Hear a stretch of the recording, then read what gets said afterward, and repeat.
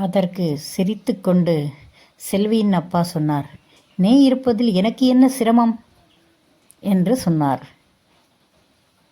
அதை பார்த்த சிறுமி அப்பாவிடம் கேட்டாள், அப்பா, இவர்கள் யார்? அதற்கு அப்பா சொன்னார், அவர் இவர் என்று அவர்களை பேசக்கூடாது. இவர் அவர் என்று அவர்களை சொல்லக்கூடாது என்று அப்பா சொன்னார். ஏன் என்று செல்வி கேட்டாள். நீ சின்ன குழந்தை, உனக்கு அது புரியாது சொன்னால் என்று அப்பா சொன்னார். பரவாயில்லை அப்பா, சொல்லுங்கள், நான் புரிந்து கொள்கிறேன் என்று சொன்னாள் குழந்தை. அதற்கு அப்பா பதில் சொன்னாள், குழந்தையா இது? அம்மாவை போலவே திமிரு பிடித்தது என்று சொன்னார். அதற்கு அந்த வந்த பெண்மணி தேவி புன்னகித்தாள். அவள் புன்னகையை பார்த்து அப்பாவும் புன்னகித்தார். அதை குழந்தை கவனித்தது. ஏன் இவர்கள் இருவரும் இப்படி சிரிக்கிறார்கள்? நம் வீட்டில் இதுவரை சிரிப்பு சத்தமே கேட்டதே இல்லையே. இவர்கள் வந்த பிறகுதான் நம்ம வீட்டில் சிரிப்பு சத்தம் கேட்கிறது என்று குழந்தைக்கு தெரியாதல்லவா? வந்தது ஒரு வினை என்பது அந்த குழந்தைக்கு தெரியவில்லை. அப்போ குழந்தை கேட்டாள், அப்பா, இவர்களை நான் என்ன சொல்லி அழைப்பது என்றாள். சித்தி என்று கூப்பிடு என்று அப்பா சொன்னார். அப்போது குழந்தை கேட்டாள், சித்தி என்றால் என்னவப்பா என்றாள். அதற்கு அப்பா பதில் உரைத்தார், சித்தி என்றால் உன் அம்மாவின் தங்கை என்று சொன்னார். குழந்தை அப்படியா என்று ஓடிச் சென்று அம்மாவிடம் கேட்டாள். அம்மா, இவர்கள் உன் தங்கையா?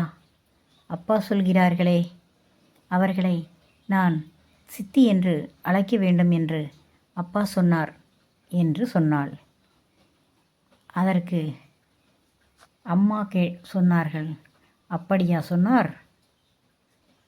அவள் என் தங்கையும் இல்லை, உனக்கு சித்தியும் இல்லை. அவள் நம் வீட்டுக்கு வந்திருக்கும் வினை, என்னுடைய சக்களத்தி என்று சொன்னார். குழந்தை கேட்டது, சக்களத்தி என்றால் என்ன அம்மா என்று கேட்டாள். அம்மா சொன்னார், அது உனக்கு புரியாது, நீ சிறு குழந்தை, அதுவும் ஒரு பெயர்தான் என்று சொன்னார்கள். அப்படி கொஞ்ச காலம் அப்படி போனது. 1 வருட காலம் ஆகிவிட்டது. அந்த வந்திருக்கும் பெண் இந்த சண்டை சச்சரவிலும் அவள் வேறு எங்கும் செல்லவில்லை. அவளுக்கு பாதுகாப்பான இடம் இதுதான். அப்படி வீட்டில்தே சாப்பிட்டு விட்டு அங்கேயே எல்லா வசதியும் அமர்ந்து எல்லாம் செய்து கொண்டு அப்பா சம்பாதிக்கும் பணத்தை எல்லாம் அப்பாவிடம் இருந்து அந்த பெண் கறந்து விட்டார்கள்.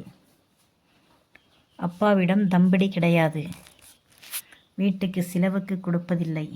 அம்மா கஷ்டப்பட்டுத்தான் இந்த குழந்தையும் அம்மாவும் வீட்டுக்கும் எல்லா செலவும் செய்கிறார்கள். அப்பா உழைக்கும் ரூபாய் எல்லாமே சுற்றுலாவுக்கு சரியாகி விடுகிறது. ஹோட்டல் சாப்பாடே, வந்திருப்பவர்களுக்கு சேலை சட்டை பூ பொட்டு என்று வாங்குவதற்கே அந்த காசு சரியாக இருக்கிறது. அந்த பெண் என்ன சொல்லியும் என்ன சண்டையிட்டும் வீட்டை விட்டு நகரவே இல்லை. அவள் ஒரு நாள் எதிர்த்து விட்டாள் செல்வியின் அம்மாவை. நான் பொறுமையாக போகிறேன் என்று நீ ரொம்ப தலையில் ஏற வேண்டாம், எனக்கும் பேசத் தெரியும், நான் பேசினால் நீ தாங்க மாட்டாய் என்று மிரட்டினாள் செல்வியின் அம்மாவை. செல்வியின் அம்மா ஏற்கனவே முன்கோவி அல்லவா? அதை கேட்டவுடன் அவருக்கு கோபம் வந்தது. கோபம் வந்து அவர் கேட்டாள், ஊர் பிடாரியை உண்ட வந்த பிடாரி விரட்டியது போல் இருக்குது உன் கதை. உன்னை பாவம் என்று அனுமதி